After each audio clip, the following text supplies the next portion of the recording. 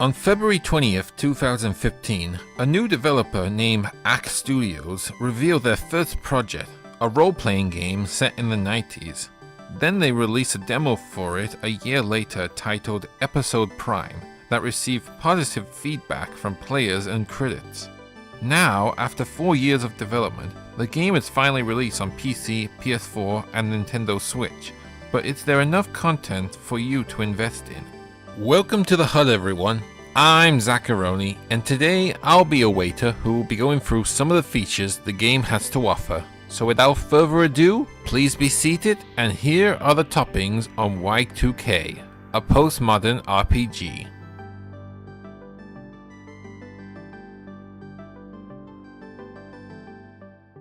The year is April 4th, 1999, and Alex Eggleston had just graduated from college and now moved on to adult life in his hometown, Frankton. But on his way back home, he saw a cat who had snatched his shopping list and went straight into an abandoned factory. Inside the factory, he found a young girl named Sammy who is the owner of the cat he was chasing. But after a long introduction, Sammy was abducted by something other-dimensionally.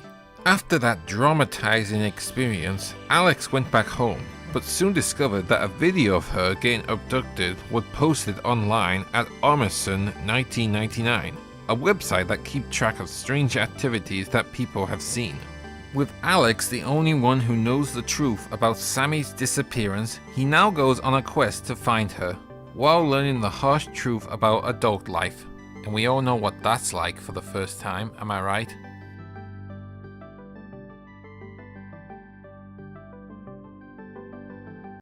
Y2K is a role-playing game with a strong focus on storytelling. However, the structure is linear, which features puzzle-like dungeons but lacking any side missions. Oh, and there are random encounters outside of cities and dungeons. Each objective required you to go to one place, talk to people, and then you enter a dungeon filled with enemies to fight, puzzles to solve, and money to find in random chests to spend on hats, t-shirts, and hook claws for some reason.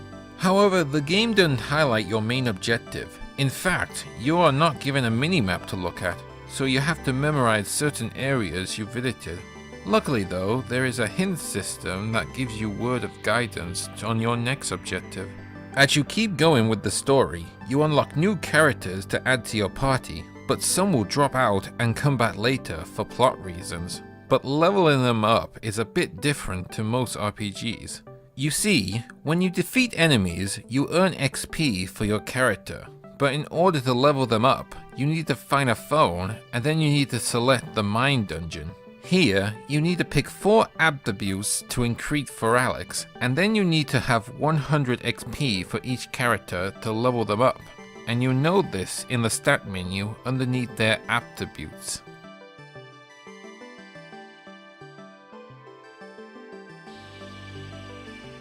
Blocky environments, polygon characters. The game presents itself in a style that you've seen on the N64 and PS1, but more sharper and colorful, which is all powered by Unity. For enemy design, it features living stop signs, aliens in UFOs, big rats with crowns, and I don't want to say what it is or touch it, because I didn't have my tea yet, thank you. And during conversations, you are presented with 2D art characters with different reaction poses.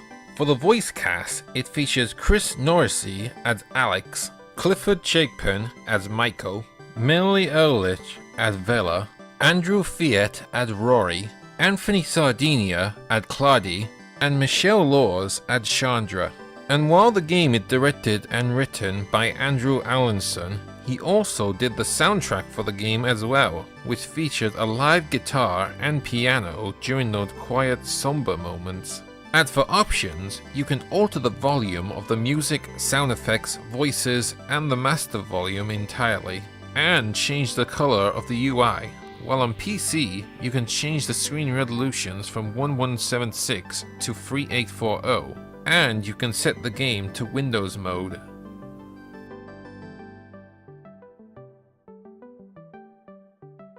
When in battle, each character can do 5 actions, which is all presented in turn-based style, but you can only have up to 4 members in your party, and you can switch them out in battle.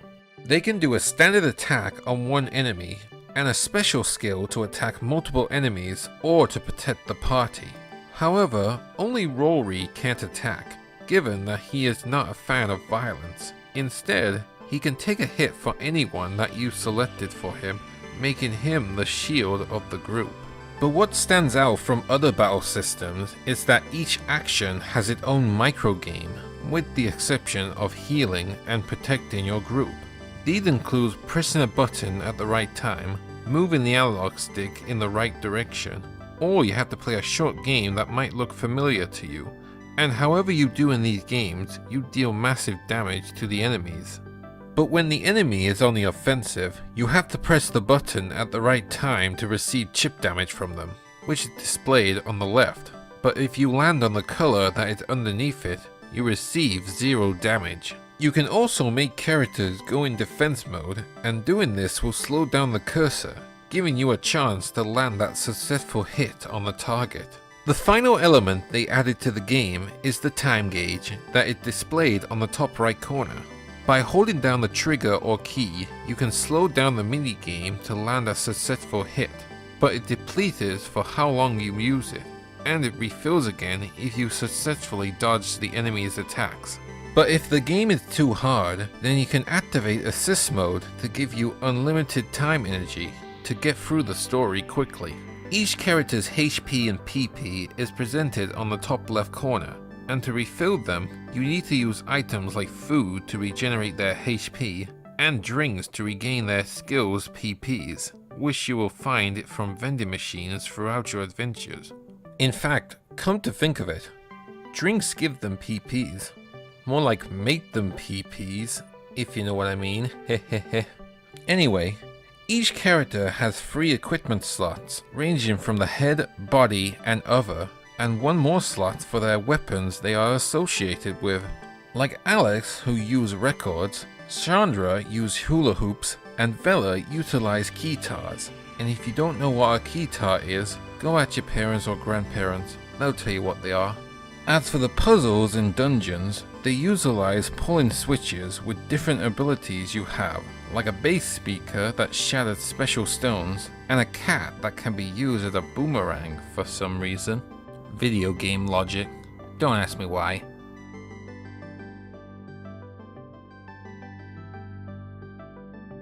Y2K will cost you £17.99 on Steam and Nintendo Switch that requires 4 GB of storage, while on PS4 will cost you £15.99 that requires 1.6 GB of storage, and it comes with 26 achievements and trophies that comes with a platinum as well. Well, that's some of the features I can tell you right now, but if there are some that I have missed, let me know in the comments, and I hope this will give you an idea of what you'll be getting for your money. Check back with me later, and I'll tell you what I think of Y2K in a Seconds Helpings video. And if you like what you see, be sure to like, share, and subscribe to my channel. But until then, I'm Zacharoni. Enjoy your pizza, and I'll see you next time.